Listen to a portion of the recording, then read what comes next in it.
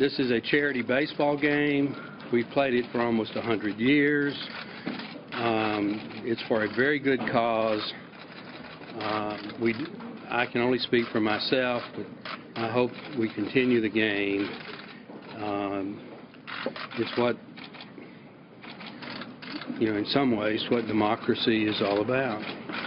Yeah.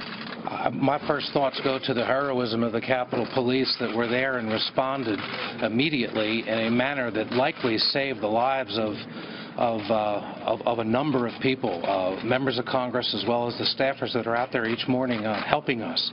I just left one of our other colleagues who we were talking about where we customarily are on the field.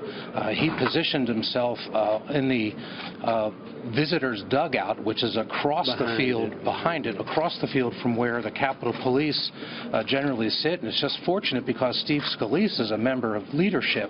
He has a security detail there. Otherwise, we would just be a bunch of guys out on a normal morning practicing. But I think the fact that we practice there every morning, and it's a group of Congress people together, sometimes, Joe, as many as 25 people, maybe 30. I think we have 22 members there today.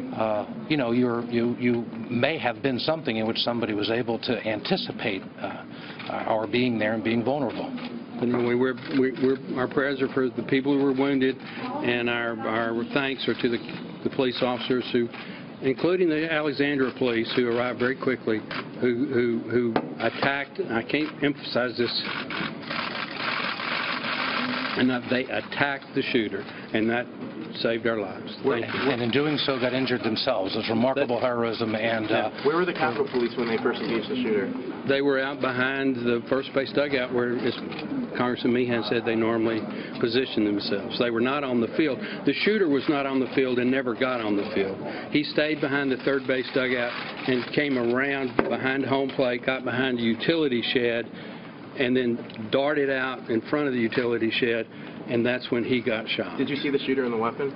I did not until after the fact. I was getting down, protecting, making sure my son was down, and I did not see him when it was an active shooting situation. But we just left Jeff Duncan from South Carolina. Jeff generally plays shortstop or third base, Trent Kelly, and Jeff was leaving with another member, Ron DeSantis, who would have all been positioned in the infield. As is customary, we all have responsibilities to get back to, so sometimes people will finish what they're doing and leave a little early. As Jeff was walking out, he actually saw the shooter, who spoke to him and said, who are those guys?